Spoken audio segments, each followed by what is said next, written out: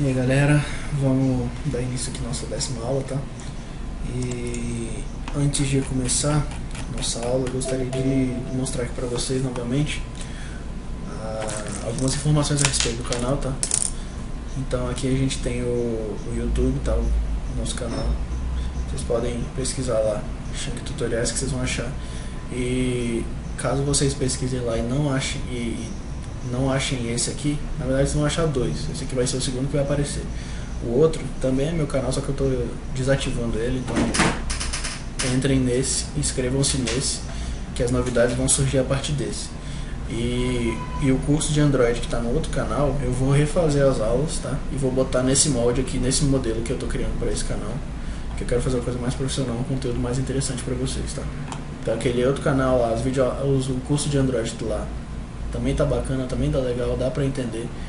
Então, enquanto não tem o curso aqui, vocês podem acessar o de lá, enfim. Mas o curso de Android tá pra sair nesses próximos dias. Mas vamos parar de falar de Android, vamos voltar a falar de C#. O canal é aqui, ó, YouTube. Vocês podem entrar por aqui e pesquisar por esse nome que vocês vão achar lá no YouTube. O e-mail, shanktutoriais@gmail.com.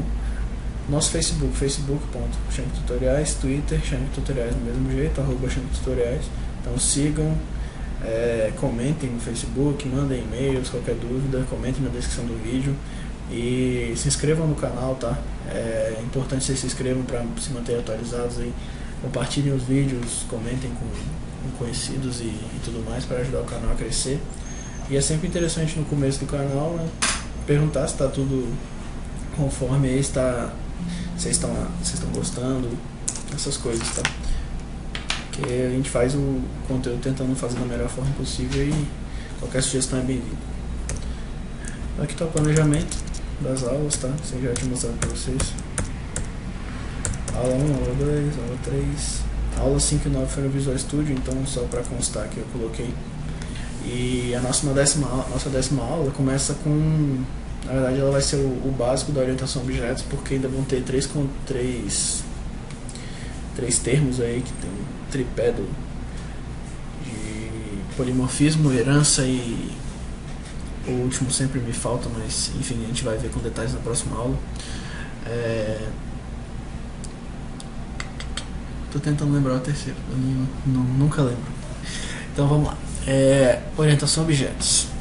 O que é orientação a objetos? Assim, o básico que vocês têm que entender é o seguinte: quando você tem um domínio, por exemplo, vou dar um exemplo que eu já vi algumas vezes, um exemplo de banco. Por exemplo, num banco você tem funcionários, tá? Então você precisa do nome do funcionário, do código do funcionário, do que esse funcionário pode fazer, das permissões que esse usuário pode acessar no sistema, coisas do tipo. Se esse funcionário é um gerente, tá? E de um cliente. Se o cliente ele tem um cartão XYZ, se o cliente ele pode fazer saques, se ele tem aplicações, enfim, precisa existir um molde dentro desse domínio para cada tipo de entidade, tá? Então, por exemplo, no caso aqui, trazendo para o nosso contexto, um funcionário seria uma classe, um cliente seria uma classe.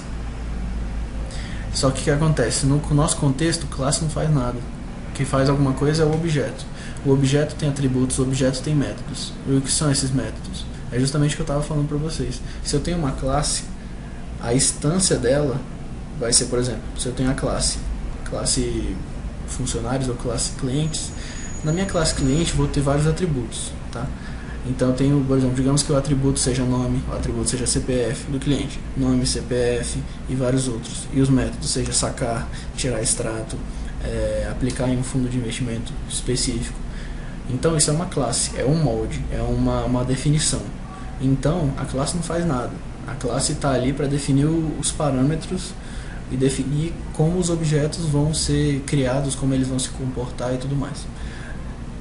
Uma vez dito isso, os objetos criados a partir de classes, por exemplo, eu tenho duas classes, a classe cliente e a classe funcionário. Então eu vou criar, por exemplo, 3 funcionários e 3 clientes. Eu posso criar um gerente, eu posso criar um um cara que vai atender os clientes lá, vai ficar na mesa atendendo. E eu posso criar 3 clientes, um cliente VIP, um novo cliente, enfim, posso criar vários. E esses que eu criei vão ser os objetos. A partir de quê? A partir das classes, a partir do molde que eu criei. Que eu não posso criar aleatoriamente, eu tenho que criar uma classe, e a partir da classe eu vou ter os objetos.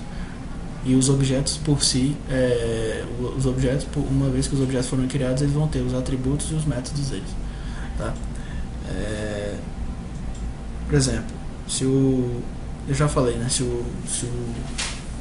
Se ele vai tirar um saque, um extrato, alguma coisa do tipo, vão ser os métodos. Mas existe um método específico que é o construtor, que pode ter mais de um construtor, enfim, mas um construtor, via de regra, ele vai dizer como é que o objeto vai se comportar num primeiro momento, o que ele vai ter na hora que ele for criado, na hora que ele for instanciado. Bom, em relação à orientação a objetos, o básico é isso. Você tem que entender que existe um contexto, um domínio, uma situação, que pode ser de banco, que pode ser de alguma outra coisa, que a aplicação vai vir para materializar esse domínio no contexto da computação. Então, vão ser criadas classes para modelar esse domínio, esse ambiente, e vão ser criados objetos a partir dessas classes para poder trabalhar, para poder simular como é que funciona esse ambiente. Então, um cliente vai interagir com um funcionário por meio dos métodos e atributos, e o funcionário com seus métodos e seus atributos. Então, os objetos vão interagir conforme a sua aplicação disser que eles devam interagir. Tá? E por último, é interessante dizer também que atributos e métodos podem ser privados, protegidos ou públicos. Tá? E o que significa isso? Isso aí é um modificador de acesso. Tá? É como eles vão interagir. Então, por exemplo, digamos que um atributo seja privado, um atributo seja protegido. Tá? Isso aí não vai interferir na sua aplicação, não vai deixar de funcionar a sua aplicação, mas vai dizer o que significa, o acesso a essas informações, como é que ele se dá. Então, por exemplo, se você tem um atributo ou método privado, só aquela classe vai ter acesso, só aquele molde, por exemplo, se eu tiver um atributo de funcionário privado, só os funcionários vão ter acesso, só aquela classe. Tá? Se você tiver um atributo ou um método protegido, aquela classe e as que herdam dela vão ter acesso. O que é herança, vocês vão ver nas próximas aulas, mas basicamente isso, as classes e as classes base e as classes derivadas, que é como chamam no C#, né? Quem vem do Java é superclasse e subclasse, mas enfim. No caso eu já falei das privadas, das protegidas e as públicas, que conforme o nome já diz, todas as classes do projeto todas as classes vão acessar, seja atributo ou método. Se for público, vai ver. Até classes tem essa questão de privado, de protegido e tudo mais, tá?